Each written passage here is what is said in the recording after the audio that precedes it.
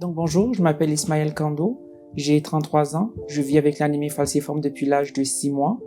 Depuis l'âge de 6 mois, la maladie s'est manifestée et j'ai eu des crises de douleur fréquemment, environ aux semaines ou aux 2 semaines, jusqu'à environ à l'âge de 15 ans où nous avons déménagé au Canada. Depuis l'avènement de mes traitements, à partir de l'âge de 15 ans, je vis avec l'anémie falciforme, une maladie, une douleur chronique. L'anémie falciforme requiert beaucoup d'organisation. Elle affecte non seulement ma vie sociale, mais non seulement mon travail. Donc, pour pouvoir vivre avec l'anémie falciforme, il faut que je m'organise. Je ne peux pas être non seulement spontané dans mes activités. Il faut qu'il y ait de la planification parce que ma douleur est chronique, ma douleur est constante.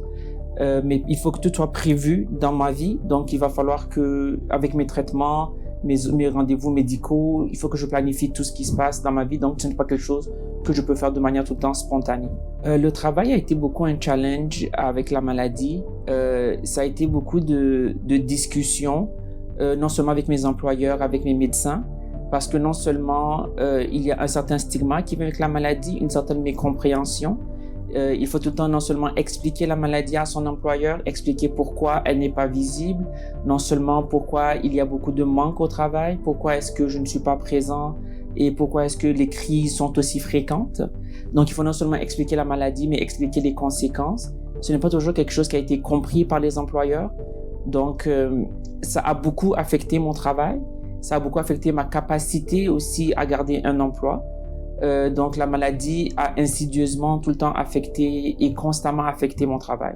Moi, j'ai eu quand même des expériences avec mon travail où non seulement j'ai perdu un emploi à cause de la maladie, à cause de la mécompréhension de la maladie, j'ai eu des instances où juste l'accès à l'assurance qui venait avec mon emploi m'a été refusé à cause de mon travail.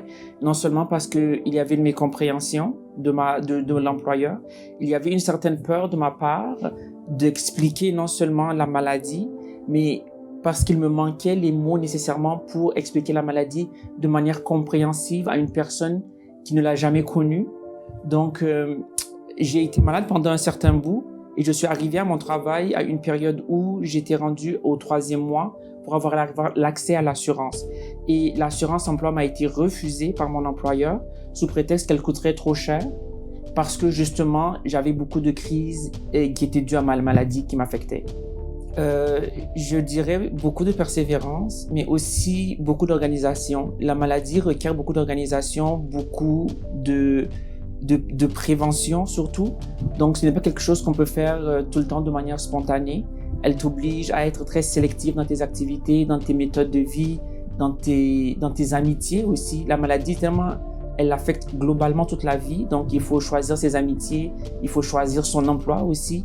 Parce que je travaille dans un domaine où on est debout tout le temps, qui serait pas nécessairement quelque chose qui serait approprié pour une personne qui vit avec la maladie, parce que c'est quelque chose qui requiert d'être physiquement debout tout le temps.